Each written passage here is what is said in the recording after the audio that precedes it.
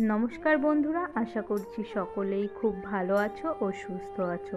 সকলকে একটি নতুন মিনি ব্লগে অনেক অনেক স্বাগত জানাই সাথী ভিলেজ লাইফের পক্ষ থেকে। গতকাল রাতে একটু আর কি হাওয়া হয়েছিল, তার কারণেই দেখুন গাছ থেকে কতগুলো আম পড়েছে। এই আমগুলো সবই আমাদের নিজেদের গাছের আম।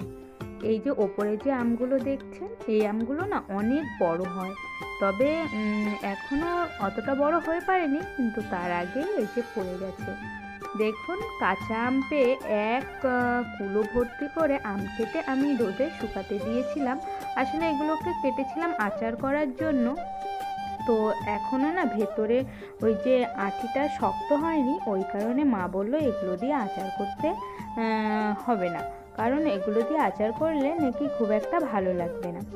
তো ওই জন্য আবার কেটে আমগুলোকে রোদে দিয়ে তারপরে দেখুন এখানে শুকনো লঙ্কার পাউডার আর জল জিরে আর নুন নিয়ে আর কি ওই যে ফোনের ভেতরে যে দেখি মাঝে সাঝে, তাই আমিও আজ ট্রাই করলাম।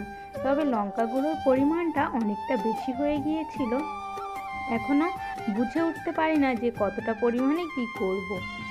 তো এই যে সব কিছু মিশিয়ে একদম জিভে জল আনা একটা আমের আর কি আমের ভিডিও আপনাদের সঙ্গে শেয়ার করলাম।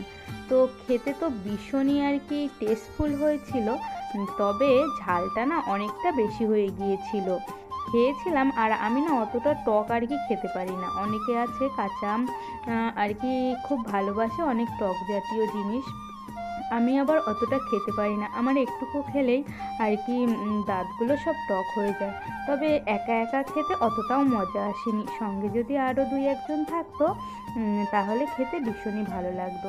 তো ওই যে সারাদিনের সব কিছু সেরে এখন সন্ধ্যাবেলাতে একটু পাস্তা বানিয়েছিলাম।